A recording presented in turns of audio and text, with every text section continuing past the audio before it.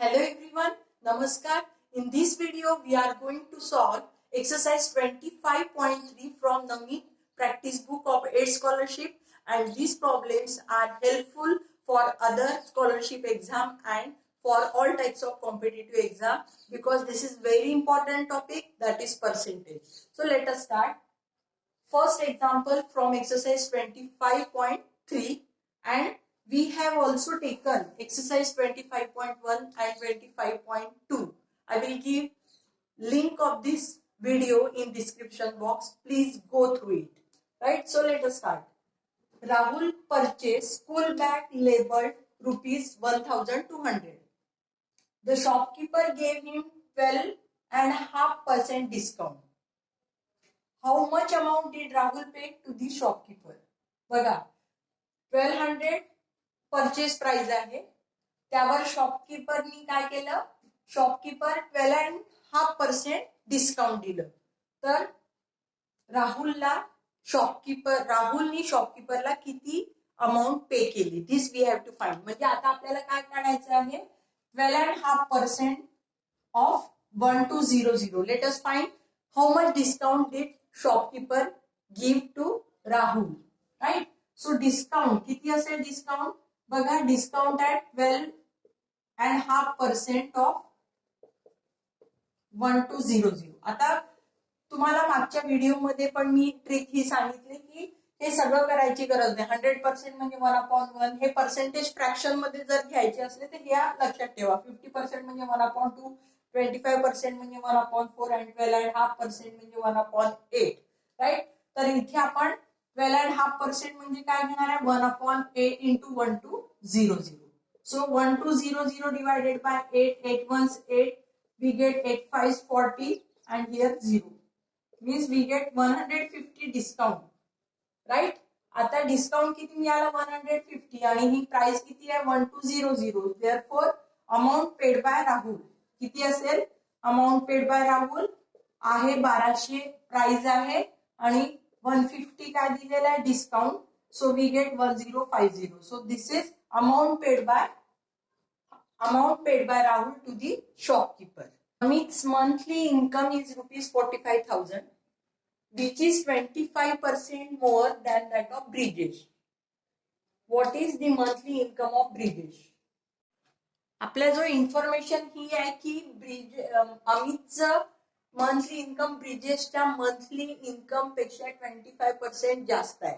तर आपण म्हणू की लेट ब्रिजेश, आता अमित आणि ब्रिजेश असे मी 2 कॉलम करते. समजा ब्रिजेशचं इन्कम हे 100 रुपीज आहे, तर अमितचं त्यावेळेस इन्कम किती असेल, 125, कारण 25% मोर आहे. आणि मग इथे आपल्याला काय दिलेलं, अमितचं मंथली इन्कम. मग ते मंथली इन्कम आपण किती पकडू, 45,000. मग अमितचं जर मंथली इन्कम 45,000 असेल तर ब्रिजेशचं किती, let it be x. Right? तर आता इथे आपण क्रॉस मल्टिप्लिकेशन करू आणि हे इज इक्वल टू करू. So we get 125 into x is equal to 100 into 45,000. Right? So x is equal to 100 into 45,000 upon 125. जर मी 45,000 ला जर मी 125 ने केलं तर हे 375. राईट? मग इथे हे 6 जाईल, ठीक आहे, आणि मग हा 0, म्हणजे आपल्याला काय मिळेल, हे 360. मग 360 into 100 we get 36,000. Right? So here Brijesh monthly income will be 36,000. Right? When the price of sugar increased by 10%, the sale decreased by 10%. बघा, जेव्हा प्राइस 10% नी वाढते तेव्हा सेल जो आहे तो 10% नी डिक्रीज होतो. How much difference was there in the amount of sale. मग जी काही सेल करून अमाऊंट येईल किंवा जेव्हा हे वाढतं ते कमी होतं, तर जो अमाऊंट डिफरन्स आहे तो कितीचा आहे असं विचारलेलं आहे. तर आता इथे आपण काय पकडू की let original price of per kilogram. Original price per kilogram of sugar, per kilogram sugar. समजा आपण म्हणू की ती ओरिजिनल प्राइस आहे ₹100. राईट? आणि समजा सेल सुरुवातीचा सेल इन द बिगिनिंग, तो जो सेल आहे समजा 100 किलोग्राम शुगर वेअर सोल्ड. बघा इथे आपण कन्सिडर केलं की ओरिजिनल प्राइस ऑफ शुगर 100 आहे आणि 100 किलोग्रॅम जी शुगर आहे इट वॉज सोल्ड, राईट. तर इथे आपल्याला मग किती पैसे मिळतील? सो अमाऊंट किंवा आपण म्हणू की कॉस्ट ऑफ शुगर किती येईल? बघा 1 किलोग्रॅमला किती आहे? 100 रुपीज. असे किती आहे? 100 किलोग्रॅम सोल्ड झाली म्हणजे आपल्याला किती मिळतील? 10,000 रुपीज मिळतील, राईट. समजा ओरिजिनल प्राइस शुगरची 100 असेल आणि 100 किलोग्रॅमचा सेल झाला असेल तर आपल्याला 10,000 मिळतील. आता काय म्हटलेलं आहे? Price of sugar increase by 10%. मग price of sugar it is increase by 10%. आता मग न्यू प्राइस बघा आधी प्राइस किती होती? 100 आहे. मग न्यू प्राइस किती होईल? 110, राईट. आता हा जो सेल आहे आधी सेल कितीचा होता? 100 किलोग्रॅमचा. आता त्यांनी काय म्हटलं? सेल इथे सेल डिक्रीज बाय 10%. म्हणजे आधी 100 किलोग्रॅमचा सेल होता, आता 10% डिक्रीज झाला म्हणजे किती झाला? 90 किलोग्रॅम एवढा सेल झाला. मग आता आपल्याला न्यू कॉस्ट जी आहे, न्यू कॉस्ट ऑफ शुगर किती येईल? बघा इथे 10% प्राइस वाढली आणि सेल जो आहे 10% कमी झाला. त्यावेळेस आपल्याला किती अमाऊंट मिळाली ती आपण काढू. 110 इंटू 90 म्हणजे तुम्हाला मिळेल 11 9 99 आणि this much amount received when price of sugar per kilogram is 110 and this much is the sale, right. मग आता इथे सुरुवातीला आपल्याला 10,000 मिळाले एवढं असताना त्यानंतर एवढं मिळालं म्हणजे हा डिफरन्स कितीचा आहे? 10,000, राईट, मायनस 9,900 म्हणजे हा डिफरन्स कितीचा आहे? 100चा, राईट. ही बघा सेल 10% प्राइस 10% वाढली आणि सेल 10% कमी झाला तेव्हा आपल्याला काय झालं? 100 रुपीज कमी मिळाले, आधीपेक्षा 100 रुपीज कमी मिळाले, राईट. म्हणजे हा काय झाला? लॉस झाला, ठीक आहे. मग हा लॉस कितीवर झाला? 10,000 वर. बघा 10,000 वर किती लॉस झाला आपला? 100 रुपीज लॉस झाला. तर आपल्याला पर्सेंट लॉस जर काढायचा असेल तर आपण काय करू? बघा इथे 100 इंटू 100 इथे काय होईल? 1 2 1 2 1 2 1 2 म्हणजे किती मिळालं आपल्याला? 1. म्हणजे 1% loss will be there in this transaction. 1% loss होईल. बघा प्राइस इन्क्रीज झाली 10% आणि सेल डिक्रीज झाला 10% तेव्हा लॉस किती? 1%. आणि आपण ऍज्युम काय केलं? 100 सोबत कंपॅरिझन केलं की प्रॉब्लेम सोपी जातो, राईट. आणि अशा प्रकारचे प्रॉब्लेम स्कॉलरशिप एक्झाम मध्ये येतातच, लक्षात घ्या. Late us solve next problem. Due to the increase in the fare of tickets by 20%, the sale decreased by 10%. आधीच्या सारखंच आहे हे. Increase in fare of ticket 20%. Increase in fare by 20% and sale decreased by 10%. Right? 5% increase or decrease in the income. म्हणजे इथे किती पर्सेंटनी income वाढलं की कमी झालं ते आपल्याला काढायचं आहे. पर्सेंट इन्क्रीज और पर्सेंट डिक्रीज ते फाइंड करायचं आहे, राईट. तर आता इथे आधीच्या सारखंच आपण घेणार आहे की let original price of ticket किती राहील? ₹100 घेऊ आपण, राईट. आणि लेट 100 तिकीट्स सोल्ड. किती तिकीट्स विकल्या गेले? 100 तिकीट्स विकल्या गेले. मग आता बघा मी इथे लिहिते प्राइस आणि नंबर ऑफ तिकीट्स, ठीक आहे. आणि त्यापासून मिळणारी ही जी अमाऊंट आहे म्हणजे शॉर्टकट मेथड तुम्हाला किंवा शॉर्ट मध्ये कसं लिहायचं, फास्ट कॅल्क्युलेशन कसं करायचं ते सांगते. समजा प्राइस किती आहे? 100 रुपीज, राईट. आणि किती आहे? तिकीट्स किती सोल्ड झाले? 100.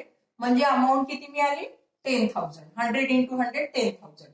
आता कंडिशन काय आहे की इन्क्रीजिंग फेअर तिकीट बाय 20%. म्हणजे 20%नी जे फेअर आहे ते इन्क्रीज झालं. मग आधी किती होता? 100, राईट. म्हणजे मग 20% इन्क्रीज झालं म्हणजे किती झालं? 120. मग सेल डिक्रीज बाय 10%. मग हा जो तिकीटचा सेल होता तो 10%, म्हणजे आधी 100 तिकीट विकल्या गेली तर आता 90 विकल्या जातील.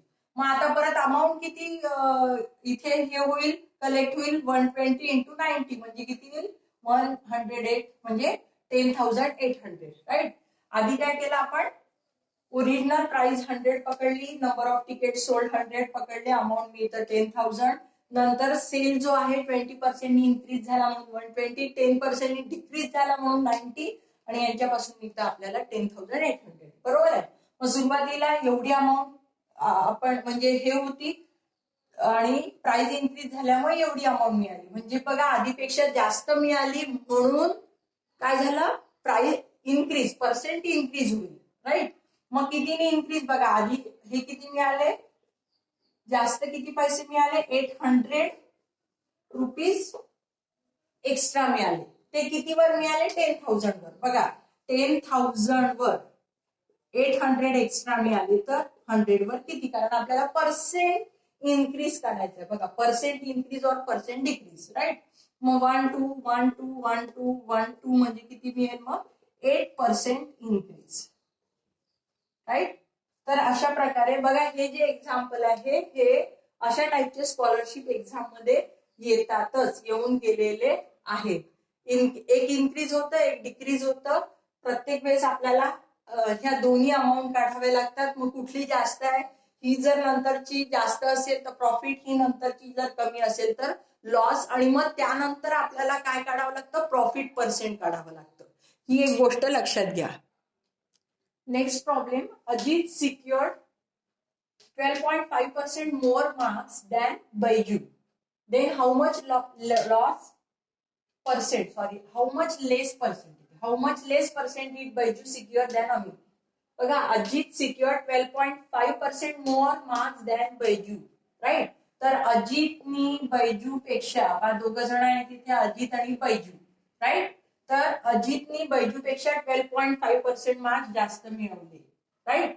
तर बैजूनी अजितपेक्षा किती पर्सेंट मार्क्स कमी मिळवले, तर इथे 100 मायनस 12.5 असं करून चालत नाही. तुम्हाला मागच्या व्हिडिओमध्ये मी फॉर्म्युला दिला होता. मोर आणि लेस असलं तर, समजा एक्स आणि वाय ह्या दोन हे आहे, समजा एक्स ही वाय पेक्षा 1% जास्त असेल तर वाय हा एक्स पेक्षा 100 इंटू ए अपॉन 100 प्लस ए नी कमी राहील.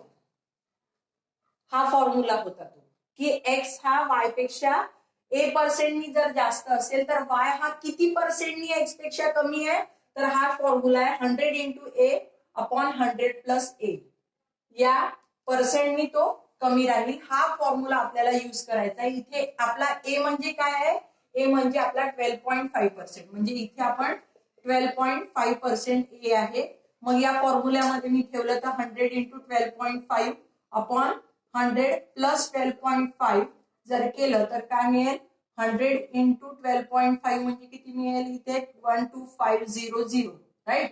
आणि इकडे काय येईल, समजा एक नंतर डेसिमल पॉइंट. ठीक आहे. आणि इकडे हे 112.5 यांची ऍडिशन जर केली तर ठीक आहे. नंतर राईट साइड पासून बघा, एक नंतर डेसिमल पॉइंट आहे, इथे एक नंतर डेसिमल पॉइंट. त्यामुळे मी काय करते, सरळ सरळ हे एक नंतर म्हणजे multiply by 10 to numerator and denominator, मग ते चालले जातील. So we get 12500 upon 1125. मग आता इथे 12500 अपॉन 1125 जर मी घेतलं तर इथे 1 जाईल, 1125. राईट. मग मला इथे काय मिळतं, परत इथे मला मिळेल 1250, परत 1250. राईट. मग परत इथे मला मिळेल 0, म्हणजे इथे मी पॉइंट देते, म्हणजे मग 11 पॉइंट हे जे आहे हे रिकरिंग होईल. म्हणजेच हे जर रिकरिंग झालं तर मला इथे काय मिळेल, 11 इंटिजर 1 अपॉन 9%. म्हणजे याचा अर्थ बैजूचे कोणापेक्षा, अजित पेक्षा एवढे पर्सेंट कमी आहेत. त्याचे एवढे पर्सेंट जास्त आहे. तर कोण, अजितनी जर बैजू पेक्षा 12.5% जास्त मार्क्स स्कोअर केले तर बैजूनी अजित पेक्षा एवढे पर्सेंट मार्क्स लेस सिक्युअर्ड केले.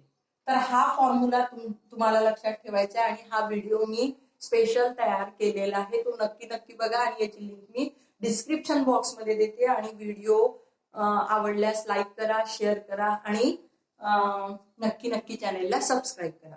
So let us start. Next problem. By selling an article for rupees 3,600, a shopkeeper earns profit of 20%. At what price should he sell the same article to earn profit of 25%? बघा, इथे selling price दिलेली आहे 3,600 आणि या प्राइसला त्यांनी जर विकलं तर त्याला प्रॉफिट किती होतो? 20% प्रॉफिट होतो. पण आता त्याला काय करायचं की त्याला जर 25% जर प्रॉफिट पाहिजे असेल तर त्याची सेलिंग प्राइस त्यांनी किती ठेवावी? Right, this we have to find. Right, आता आपण बघू की लेट काय म्हणू आपण, cost price of article is 100. Right, मग समजा जर कॉस्ट प्राइस जर 100 असेल, बघा इथे कॉस्ट प्राइस आणि सेलिंग प्राइस आपण बघू. जर कॉस्ट प्राइस 100 असेल तर प्रॉफिट पाहिजे मला 20%. प्रॉफिट जर 20% पाहिजे म्हणजे मग किती येईल? 120 रुपीजला मला ती विकावी लागेल. राईट, तर इथे जर सेलिंग प्राइस बघा आपल्याला काढायची, कॉस्ट प्राइस काढायची आहे. राईट, समजा कॉस्ट प्राइस जर 100 असेल तर सेलिंग प्राइस किती राहतं? 120. केव्हा? जेव्हा त्याला प्रॉफिट 20% पाहिजे असतो तेव्हा. पण इथे बघा सेलिंग प्राइस जर 3,600 असेल तर कॉस्ट प्राइस किती? Let it be x. Right, मग आता परत आपण हे सॉल्व्ह करू. सॉल्व्ह केल्यावर काय मिळेल आपल्याला? 120 into x is equal to 100 into 3600. So we get x is equal to 100 into 3600 upon 120. म्हणजेच मग इथे काय मिळेल आपल्याला? 30. म्हणजे एक्स मिळेल आपल्याला 3000. बघा कॉस्ट प्राइस किती आली आपल्याला? आर्टिकलची किती मिळाली? 3000. आधी आपण कॉस्ट प्राइस काढून घेतली, ती कॉस्ट प्राइस आहे 3000. आता त्याला प्रॉफिट किती पाहिजे? 25%. मग मला काय करावं लागेल की 25% ऑफ 3000 काढावं लागेल. राईट, कारण मला प्रॉफिट 25% पाहिजे म्हणून 25% ऑफ 3000. राईट, म्हणजे किती येईल ते? 25 अपॉन 100 इंटू 3000. राईट, मग इथे आपल्याला किती मिळेल? 750. म्हणजे इथे 25% ऑफ 3000 म्हणजे 750 रुपीजनी त्याला जास्त विकावं लागेल. ओरिजिनल प्राइस किती आहे? 3000 आणि कितीनी जास्त विकावी लागेल? 750. कशा करता? 25% त्याला प्रॉफिट पाहिजे म्हणून. सो हिअर सेलिंग प्राइस किती राहील? जर 3000 प्लस 750 म्हणजे मिळेल 3750. ही केव्हा?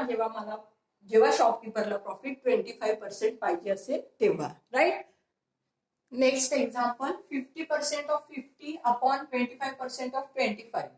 राईट, तर आता इथे 50% म्हणजे 50 अपॉन 100 इंटू 50 आणि इकडे 25% म्हणजे 25 अपॉन 100 इंटू 25. राईट, काय 55250 किंवा आपण तसंच लिहू 50 into 50 upon 100 divided by 25 into 25 upon 100. मग इथे याचा रेसिप्रोकल होईल. राईट, डिवाइडचं मी मल्टिप्लाय केलं तर काय होईल बघा? 50 इंटू 50 अपॉन 100 डिवाइड आहे, त्याचं रेसिप्रोकल केलं तर 100 अपॉन 25 इंटू 25. हे कॅन्सल. मग वन्स टूज म्हणजे किती येईल ते? 4.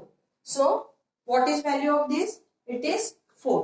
Late us solve next problem. 8 problem काय ते बघू. The strength of school increased by 10% during 1 year and then by 20% during next year. पहिल्या वर्षी 10% नी स्ट्रेंथ वाढली आणि दुसऱ्या वर्षी 20% नी वाढली. The total number of student then become 520. म्हणजे 2 वर्षानंतर ती जी स्ट्रेंथ आहे किती झाली? 528. Find the original strength of the school. तर आपल्याला काय करायची? Original strength. राईट, तर आपण इथे सुरुवातीला let original strength of school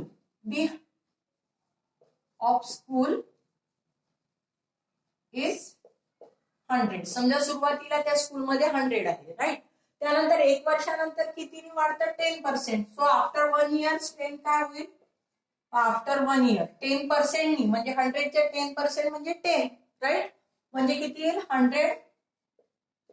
काय होईल ती स्ट्रेंथ? 100 प्लस 10% ऑफ 100 म्हणजे 10 असेल, म्हणजे किती येईल ते? 110, राईट?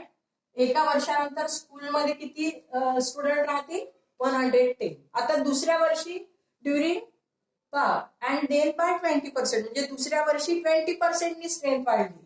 सो आफ्टर 2 years किती वाढली? आता कोणाच्या 20% काढावं लागेल आपल्याला? 110च्या, राईट? सो आधी किती होती? इथे 110 प्लस याच्या 20%, हो ना? पहिल्या सुरुवातीला 100 आहे, 10% नी इन्क्रीज झाली म्हणून 110. मग आता दुसऱ्या वर्षी याच्या 20% नी इन्क्रीज झाली, म्हणजे टोटल स्ट्रेंथ किती झाली? 110 प्लस 20% ऑफ 110 किती येईल? मग ते 110 प्लस 20/100 इंटू 110, राईट? आपल्याला काय मिळेल इथे? 110 प्लस 11 टू 22 म्हणजे आपल्याला मिळतं 132, राईट? मग आता आपल्याला कंपॅरिझन बघा, ओरिजिनल स्ट्रेंथ आणि strength after 2 years. Strength after 2 years. आता हे कंपॅरिझन बघा. जेव्हा ओरिजिनल स्ट्रेंथ 100 असेल तेव्हा 2 years नंतर किती होते? 132, राईट? मग आता किती दिलेली आहे? 2 years नंतर स्ट्रेंथ किती दिलेली आहे? 2 years नंतर स्ट्रेंथ दिलेली आहे 528. सो हियर 528 जर 2 years नंतर स्ट्रेंथ असेल तर ओरिजिनल स्ट्रेंथ आपण पकडू x, राईट? म्हणजेच परत इथे आपण क्रॉस मल्टिप्लिकेशन करू. x into 132 is equal to 100 into 528 म्हणजेच x is equal to 52800 upon 132. जर आता इथे आपण 52800 डिवायडेड बाय 132 हे जर आपण कॅल्क्युलेशन केलं, इथे 4, इथे मिळतं 528 आणि इथे 2 0, म्हणजे आता इथे आपल्याला मिळेल सगळं 400. म्हणजे जेव्हा स्ट्रेंथ आफ्टर 2 years जर 528 असेल तर ओरिजिनल स्ट्रेंथ किती राहील? 400. This is our final answer, right? Let us solve 9th example and we have given alternatives. We have to choose correct alternative. Which of the following alternatives means that 20% of one number is equal to 25% of other number? म्हणजे आणि हे alternative दिलेलं म्हणजे आपल्याला एक number x घ्यावा लागेल, दुसरा नंबर y घ्यावा लागेल. तर कंडिशन बघा काय? 20% ऑफ वन नंबर म्हणजे 20% ऑफ x पकडते, राईट? आणि 25% ऑफ अदर नंबर, राईट? म्हणजे इथे 25% ऑफ y पकडते, ठीक आहे? मग इथे 20/100 इंटू x आणि इथे 25/100 इंटू y, राईट? मग काय होईल? इथे लोएस्ट फॉर्म दिला तर इथे इकडे येईल 5 आणि इकडे येईल 4. So what do we get here? x/5 is equal to y/4. मग परत क्रॉस मल्टिप्लिकेशन केलं तर 4x is equal to 5y. मग कुठलं अल्टरनेटिव्ह करेक्ट आहे? थर्ड अल्टरनेटिव्ह जे आहे ते करेक्ट आहे. आणि इथे आपण exercise 25.1, 25.2 and 25.3 totally based on percentage we have finished. And those who are new जे चॅनलवर नवीन आहे त्यांनी नक्की सबस्क्राईब करा, व्हिडिओ लाईक करा, शेअर करा. थँक्यू.